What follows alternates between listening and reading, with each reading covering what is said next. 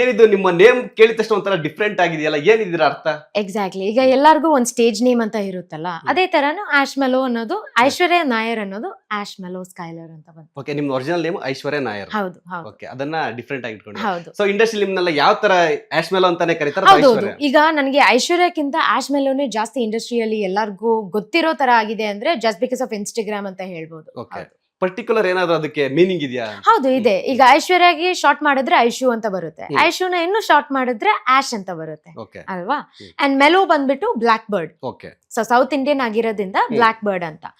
And Skyler ಅಂದ್ರೆ shelter, ಇದು ನೆರಳು. ನೆರಳು. ಹೌದು ಹೌದು ಮೀನಿಂಗ್ಫುಲ್ ಹೆಸರು. ಹೌದು, ಅದು ಇನ್ನೂ ಡೀಪ್ ಆಗಿ ರಿಸರ್ಚ್ ಮಾಡಿದ್ರೆ ತುಂಬಾ ಮೀನಿಂಗ್ ಇದೆ ಅದಕ್ಕೆ. ಓಕೆ, ಅಂದ್ರೆ ನೀವು ಮೂಲತಃ ಎಲ್ಲಿ ಅವರು, ನಿಮ್ಮ ಬ್ಯಾಕ್ ಗ್ರೌಂಡ್ ಏನಂತ? ಸೊ ನಾನು ಹುಟ್ಟಿದ್ದು ಬಂದ್ಬಿಟ್ಟು ಚಿಕ್ಕಮಂಗ್ಳೂರಿಂದ, ಅಂಡ್ ಆದ್ರೆ ನನ್ ರೂಟ್ಸ್ ಬಂದ್ಬಿಟ್ಟು ಎಲ್ಲ ಕೇರಳ. ಸೇಮ್ ಹೌದಾ? ಚಿಕ್ಕಮಗಳೂರು, ನಮ್ದು ಅದೇ ಡಿಸ್ಟ್ರಿಕ್ಟ್. ಸೊ ಅದೇ ಚಿಕ್ಕಮಂಗ್ಳೂರ್ ಸಿಟಿ ಮೇನ್ ಸಿಟಿನೇ ನಮ್ದು. ಅಂಡ್ ಅಜ್ಜಿ ತಾತ ಎಲ್ಲ ಬಂದ್ಬಿಟ್ಟು ಕೇರಳದವ್ರೆ. ಅವರೆಲ್ಲರೂ ಬಿಸ್ನೆಸ್ ಮಾಡೋಣ ಅಂತ ಹೇಳ್ಬಿಟ್ಟು ಅಪ್ಪ ಸೈಡ್ ಬಂದ್ಬಿಟ್ಟು ಸಕಲೇಶ್ಪುರದಲ್ಲಿ ಸೆಟ್ಲ್ ಆದ್ರು, ಮಮ್ಮಿ ಸೈಡ್ ಬಂದ್ಬಿಟ್ಟು ಚಿಕ್ಕಮಂಗ್ಳೂರಲ್ಲಿ ಸೆಟ್ಲ್ ಆಗಿ ಹಂಗೆ ಅರೇಂಜ್ ಮ್ಯಾರೇಜ್ ಎಲ್ಲ ಆಗಿ ಇವರಿಗೆ. ದೆನ್ ಪಪ್ಪ ಬಂದ್ಬಿಟ್ಟು ಬ್ಯಾಂಗ್ಳೂರಲ್ಲಿ ಕೆಲಸ ಮಾಡೋಣ ಅಂತ ಟ್ರಾವೆಲ್ಸ್ ಎಲ್ಲ ಸ್ಟಾರ್ಟ್ ಮಾಡಿ, that is how we landed up here.